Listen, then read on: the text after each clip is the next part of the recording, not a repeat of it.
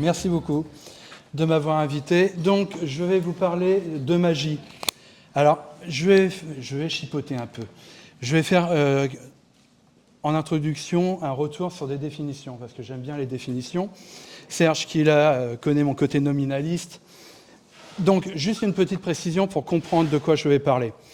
Là, je vais vous parler de magie. La magie s'inscrit dans le cadre plus large de l'occultisme, à ne pas confondre avec l'ésotérisme. Ce sont deux choses différentes. Voilà, ça c'est le sociologue des religions qui parle.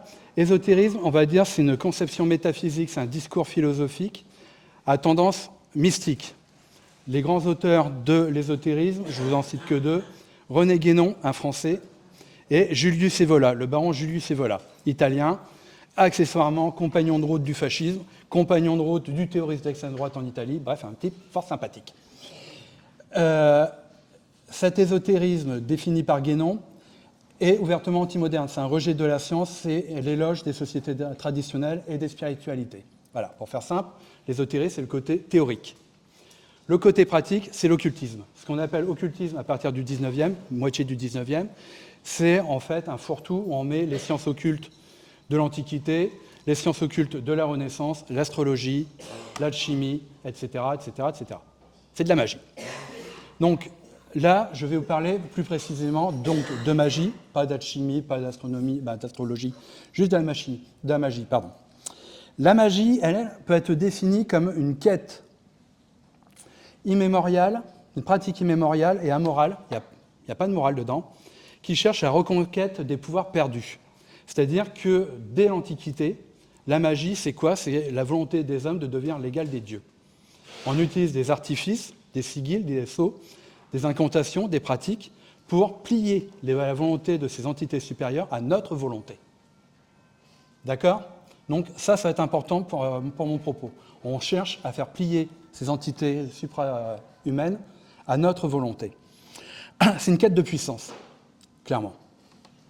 Alors, pour beaucoup, la magie, c'est une volonté d'assouvir un désir matériel, mais dans le cas qui nous intéresse, c'est aussi une volonté d'élargir sa conscience et de l'ouvrir sur d'autres plans. Alors ça, gardez ça en tête, parce que je vais vous parler d'informatique et d'Internet. Donc comment on fait le lien entre les deux? Voilà. Ça va être quelque chose de tout à fait intéressant et je vais tout faire pour respecter le temps. Donc ça, c'est le premier point. Alors dans ce qui nous intéresse, quand on parle d'Internet et magie, on a deux possibilités. Une première sur laquelle je vais revenir rapidement et une plus intéressante sur laquelle je vais m'attarder. La première pratique, la première possibilité, c'est tout simplement la mise en ligne, donc sur des sites internet, de grimoires, d'incantations, de rituels divers et variés. En fait, voilà, on remplace le livre par des sites internet. Ça, c'est on va dire, le truc le plus classique. C'est le fait aussi, d'avoir des blogs, des tutoriels sur YouTube ou autre sur ces pratiques-là. Alors, je suis désolé, j'en ai pas fait, j'étais assez souffrant cette semaine. Je l'ai pas fait, j'ai pas le temps, clairement, de faire des PowerPoint. Et ça s'entend encore. Autre point, donc, dans cette première catégorie, ce sont des ventes par Internet. On vend un traité de magie, un grimoire, sur des sites Internet par correspondance. Ça remplace, en fait, les anciennes pratiques sur des publications papier, tout bêtement. Alors ça, c'est la base, c'est le plus classique. C'est la possibilité sur laquelle je vais passer très rapidement, parce qu'en fait, il n'y a rien d'extraordinaire là-dedans, c'est juste une adaptation au goût du jour. Avec néanmoins une innovation importante. Internet est un outil merveilleux qui pourrait nous aider à apprendre plein de choses. On l'utilise pour faire pas grand-chose. Et surtout, ça permet aux gens qui vendent ces publications de se passer du papier. Il n'y a pas si longtemps que ça. Pour commander ce genre de publication, il fallait envoyer un courrier avec un chèque ou de l'argent liquide, un timbre, une adresse. On recevait ça au bout d'un certain temps et on pouvait avoir des déconvenus, des trucs photocopiés, illisibles, machin, voilà. Aujourd'hui, même des grimoires magiques de la Renaissance, on va sur Gallica ou d'autres sites, on les a direct. On peut les compulser. Donc Internet, de ce point de vue-là, est quand même très important parce que ça a amené une révolution dans les pratiques traditionnelles, c'est-à-dire une plus grande facilité d'accès à certains documents.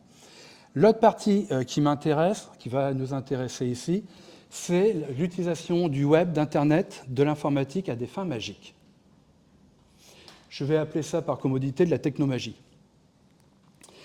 C'est-à-dire que certains programmeurs ont vu la possibilité illimitée des signes informatiques. La programmation peut être vue par ces personnes comme de nouveaux signes cabalistiques. C'est un langage pour le commun des mortels que personne ne comprend, c'est l'hébreu. Je fais l'analogie avec la Kabbale.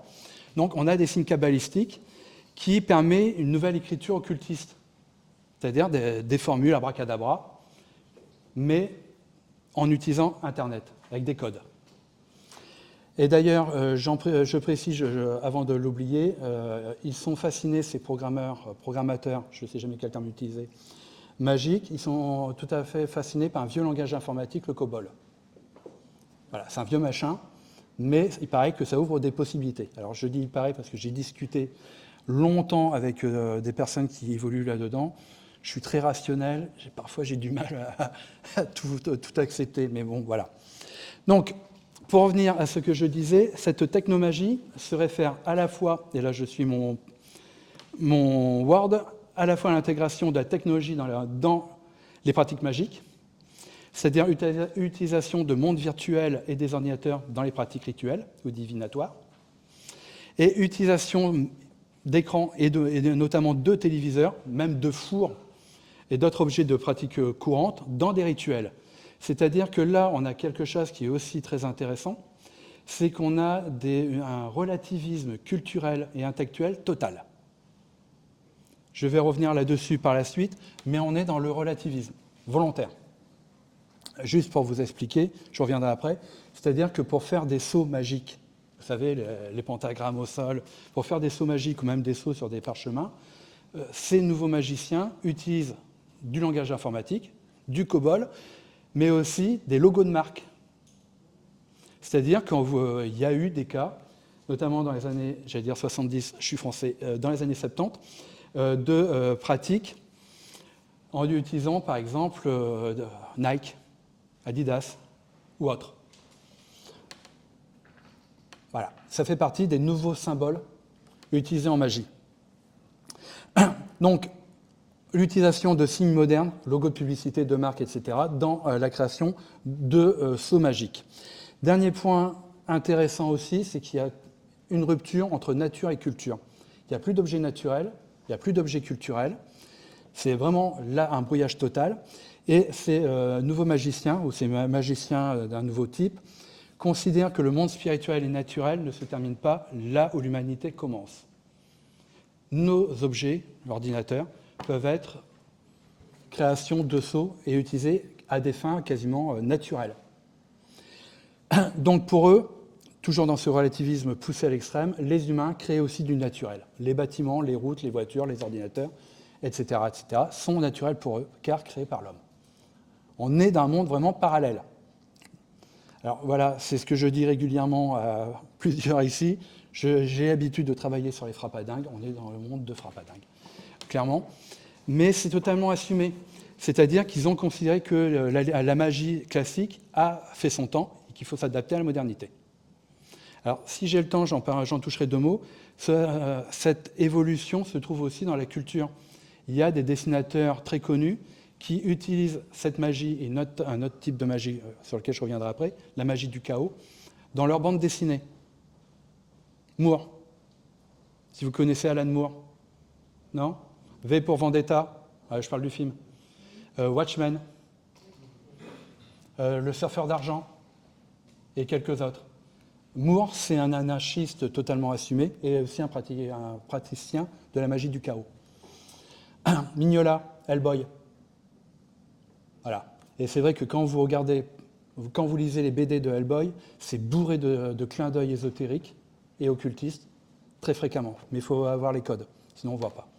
Donc je reviens à ce que je disais, je suis désolé, j'ai la voix qui déraille.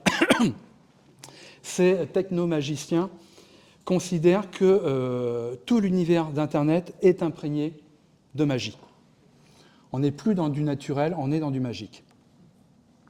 Et pour ces personnes, le web serait constitué de consciences isolées, qui seraient reliées entre elles par, non pas des réseaux mentaux magiques, mais par des réseaux informatiques. Mais pour eux, c'est la même chose. C'est-à-dire qu'on est face à une cyberspiritualité liée par la technique. Alors, honnêtement, on parle de milieu subculturel. Hein. Ça naît dans les années 70. Ça naît chez des informaticiens qui sont adeptes de la contre-culture, qui sont des acteurs de la contre-culture, et qui sont adeptes aussi et de la magie, du néopaganisme. Donc voilà, on est totalement dans le relativisme. Ça s'imprègne aussi dans ces années-là, années 70, années 80, de la littérature cyberpunk. Alors je suis désolé pour les personnes qui ne connaissent pas, c'est tout un registre de la science-fiction, le cyberpunk, avec des mondes dystopiques, il y en a un qui aime, avec des mondes dystopiques assez pessimistes. Alors si on peut faire un parallèle comme ça très rapidement de littérature cyberpunk ou de films cyberpunk, Blade Runner. Voilà, le film de Cameron avec Harrison Ford, c'est totalement cyberpunk. Donc là, ils utilisent cet univers-là, et des auteurs de cyberpunk comme Gibson ou Sterling vont d'ailleurs participer dans leur œuvre littéraire à l'invention de cette magie d'un nouveau type. C'est-à-dire que chez l'un et chez l'autre, notamment chez Gibson, c'est le neuromancien, paru en 84. Donc dans le neuromancien, on a cette approche, cette nouvelle mythologie, qu'on peut qualifier électronique, avec des mondes virtuels, qui cohabitent en parallèle d'une autre. Ça, dans un futur proche. Bon, aspect dystopique poussé à l'extrême, Matrix. On est dans la matrice. Et d'ailleurs, il y a des occultistes, il n'y a pas que l'extrême droite qui utilise pilule rouge, pilule bleue, on a des occultistes d'un nouveau type qui utilisent les références de Matrix dans leur texte. Donc, ces auteurs vont ouvrir, avec l'aide de ces pionniers de l'informatique, à l'existence d'autres réalités, de nouvelles réalités. Et donc là, ces nouvelles réalités, le fait qu'il existerait de nouvelles réalités, on est en plein dans la magie, c'est-à-dire qu'on est dans une dimension parallèle. On ne fait plus un saut sur un mur pour entrer dans un autre monde, on utilise l'Internet pour le faire. Donc c'est ça qui est passionnant dans cette forme de magie, c'est qu'on est vraiment dans un monde ultra technique, mais qui en même temps est une tentative de réponse au désenchantement du monde. Dieu est mort, la phrase de Nietzsche on la connaît, la sécularisation de la société, Weber on connaît, et eux disent voilà, Dieu est mort, ok, on va se changer nous. Et on va se changer non pas avec de vieux sceaux datant de la Renaissance, mais avec des logos Nike, Adidas ou autres. Ils vont chercher de nouvelles formes de sacré. Alors, pour revenir là-dessus, je sabre un peu parce que j'avais écrit beaucoup. C'est vraiment une forme de magie qui naît à la fin du XXe siècle. On est fin des années 70, début 80. C'est une réponse à la sécularisation des sociétés, au désenchantement du monde. Une partie de ces auteurs, comme je l'ai dit, sont des pionniers de l'informatique. C'est l'époque Reagan aux États-Unis, c'est l'époque Thatcher au Royaume-Uni, et c'est une volonté de faire autre chose. Vous lisez les BD de Moore, on est en plein dedans. V pour Vendetta, le Royaume-Uni est devenu fasciste. C'est une réaction à tout ça.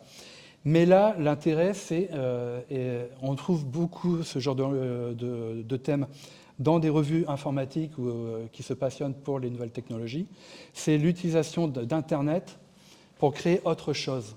C'est-à-dire des logiciels qui auraient aussi un impact sur les êtres humains, non pas en tapant, mais en altérant notre réalité. On trouve ça chez Cronenberg et quelques autres.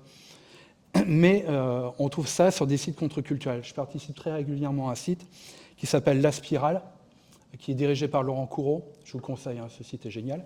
laspirale.org. Et on a dedans, Laurent a interviewé dedans des personnes, des informaticiens, qui cherchent à brouiller cette réalité. Donc voilà, il faut taper les mots-clés, aller dessus. On a vraiment un monde foisonnant qui est totalement dingue dedans. Notamment un artiste franco-vietnamien, Yan Minh, qui pratique de l'art, qui est artiste, qui est performeur, qui est informaticien et qui essaye de brouiller les cartes. Il le reconnaît, hein, il se définit lui-même comme un techno-chamaniste, un techno-chaman. Donc voilà. Alors, cette hybridation se fait relativement facilement. Pourquoi ? Parce que l'occultisme fin de siècle, c'est-à-dire celui du 19e, n'a jamais été fermé à la technique. Tout à l'heure, on parlait de parapsychologie, de ce genre de choses. On est en plein dedans.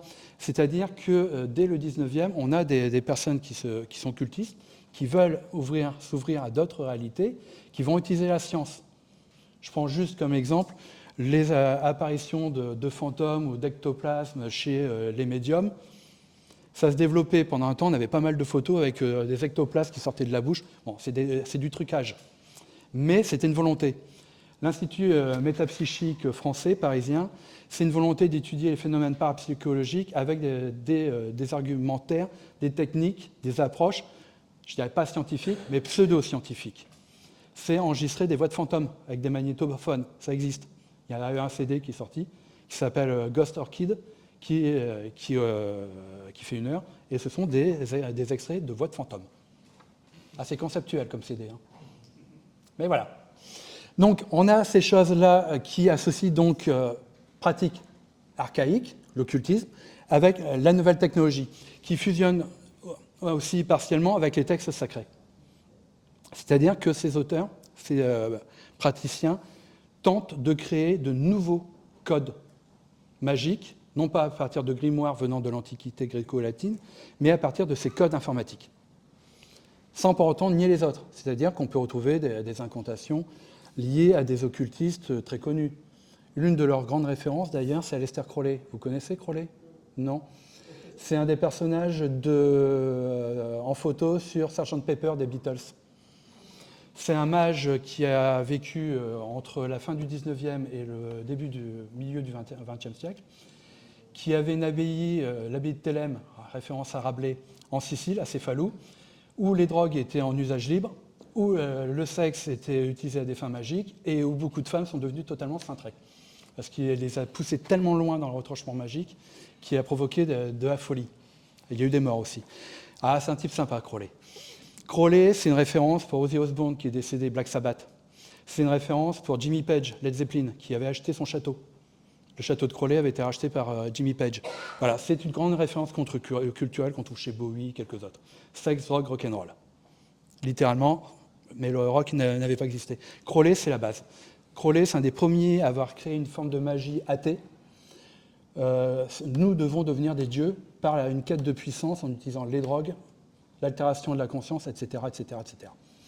Donc, voilà, il y a une hybridation entre les classiques Crowley, les contre-culturels.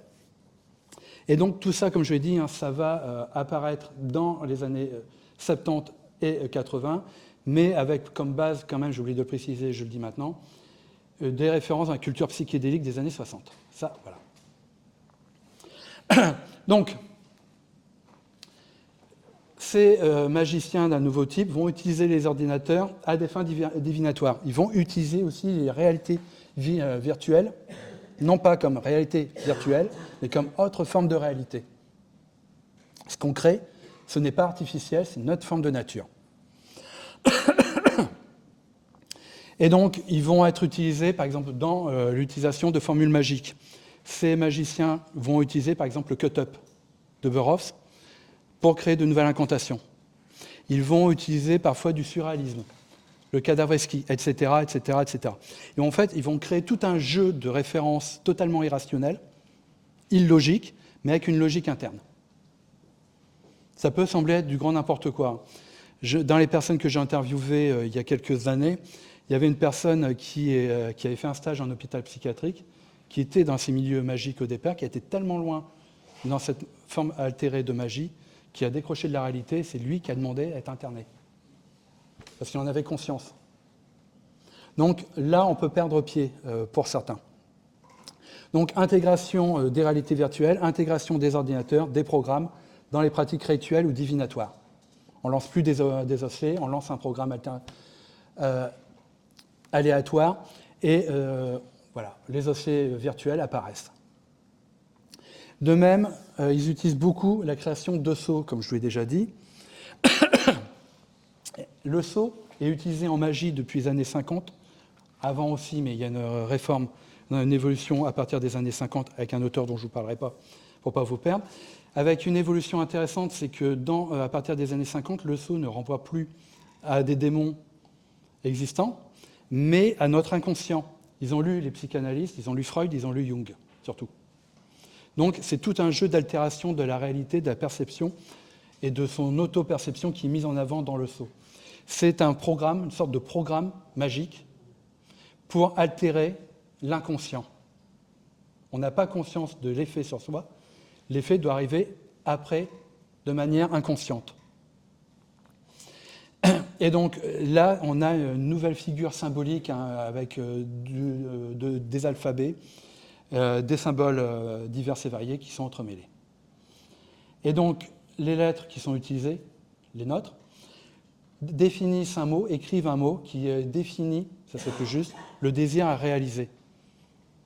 Voilà, on crée un programme informatique, on l'oublie, on le balance, et normalement, ça a un effet sur notre inconscient, et ça permet de le réaliser. On est dans un monde parallèle, je maintiens. Donc voilà. Et donc, je vais arriver à la fin du temps. Et donc, à partir de ce moment-là, pour résumer ce que je viens de dire, c'est que l'ordinateur doit être vu, est vu par ces personnes comme une machine magique. Avec l'idée que même pour un programmateur, je ne sais toujours pas le terme utilisé, l'informatique est incompréhensible. C'est-à-dire qu'on peut programmer quelque chose, on peut suivre à la ligne la programmation, et il y a un truc qui apparaît. Une coquille, un esprit dans la coquille, Ghost in the Shell, le manga. Là encore, référence contre-culturelle, mais c'est tout à fait ça, c'est-à-dire qu'il y a quelque chose qui arrive sans qu'on le veuille. Un bug, voilà, un bug informatique qui arrive et qui fait dévier le programme. Donc ces personnes, ces programmateurs, sont tout à fait conscients de ça, de ce côté parfois incompréhensible, et ils le voient comme quelque chose de chargé de mystère, de puissance. Et c'est vrai que le commun des mortels, moi compris, je sais allumer un ordinateur, je sais utiliser des logiciels, je ne sais pas comment c'est fabriqué. Pareil pour les téléphones. Voilà, c'est quelque chose d'incompréhensible. Et donc, ils partent de ce principe-là, qu'on est face à quelque chose qu'on est incapable de comprendre. Et d'autant plus que quand ça tombe en panne, on est vraiment dépourvu. On est bien d'accord. Et donc, ces nouveaux magiciens considèrent donc depuis les années 70 que l'ordinateur est une chose naturelle pour eux, qui dépasse l'entendement. C'est une machine qui est capable d'accomplir des millions de tâches par seconde, sans qu'on comprenne réellement la logique. C'est ça qui est tout à fait intéressant pour eux. Et donc, ils considèrent que ça va être notre extension de cerveau, puisque ça permet de faire beaucoup plus de choses qu'un cerveau humain. Mais d'un autre côté, ces mêmes magiciens sont tout à fait aussi conscients de la possibilité que ces ordinateurs peuvent nous dépasser. C'est-à-dire qu'il y a une crainte, et là on retrouve le côté magique de la chose dont je vous ai parlé, cette quête de puissance, c'est-à-dire que se passerait-il si les machines nous échappaient, si elles devenaient autonomes? C'est à base de Terminator. Que se passerait si ces machines deviennent conscientes? Et donc, il y a tout ce côté très archaïque, mais en même temps très postmoderne qu'on retrouve chez ces personnes. Parce que voilà, il y a ce lien qui existe. Et donc, pour finir avec mon propos, je vais tenir le temps, pour finir avec mon propos, ce monde que je vous ai décrit, c'est un monde minoritaire, on est bien d'accord. Mais c'est un réseau aussi international. Pourquoi ? Parce qu'on n'a plus besoin d'envoyer de lettres à l'autre bout du monde pour discuter, comme pouvaient le faire les magiciens à la grande époque, c'est-à-dire à la Renaissance ou à l'époque moderne. On a des communautés qui sont éclatées partout sur Terre et qui se retrouvent dans des lieux virtuels. Et là, on retrouve cette fameuse virtualité magique chez eux, c'est-à-dire qu'ils sont partout, mais ils sont à un même endroit, à la fois. Donc, il y a les lieux virtuels, il y a des chats, il y a des forums, il y a des sites, il y a des blogs, etc., etc., etc. Surtout, ce sont des sites, des blogs, des lieux virtuels qui sont très marqués par une forme d'anarchisme, ils sont éphémères. Ils ne restent jamais en place. J'ai beaucoup de mal à trouver, voilà, il faut faire le lien, etc., parce que ça mute tout le temps. Ils ont repris les thèses d'un théoricien anarchiste américain, Akimbe, que personne ne connaît, c'est auteur d'un livre fondamental, Les zones temporaires autonomes. C'est le fondement des zones autonomes qu'on a aujourd'hui. C'est-à-dire les anarchistes retrouvent un endroit, font un coup de poing, se séparent, disparaissent, recréent un lieu. Et Internet facilite tout ça. L'utopie d'Akimbe, ce sont les pirates. Milieu, là encore, très lié parfois dans certains imaginaires, avec la magie. Donc voilà, on est face à une communauté qui est éphémère, qui abolit les frontières, la culture, relativiste totale, et la géographie. Plus rien n'existe. Comme plus rien n'existe, tout est possible. Voilà, ce sont vraiment des penseurs qui sont de très haut vol en conception de sites informatiques ou de théories informatiques, mais qui sont totalement asociaux. Il faut bien le reconnaître. Mais c'est quelque chose qui sont vraiment très intéressants, qu'on peut discuter avec eux, parce qu'on apprend une tonne de choses. Voilà, tout simplement.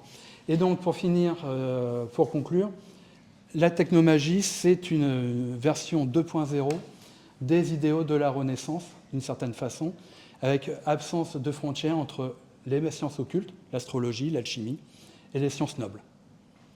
Ils ont décidé de rebasculer toutes les frontières dans un contexte totalement irrationnel, volontairement relativiste. Voilà, je vous remercie beaucoup.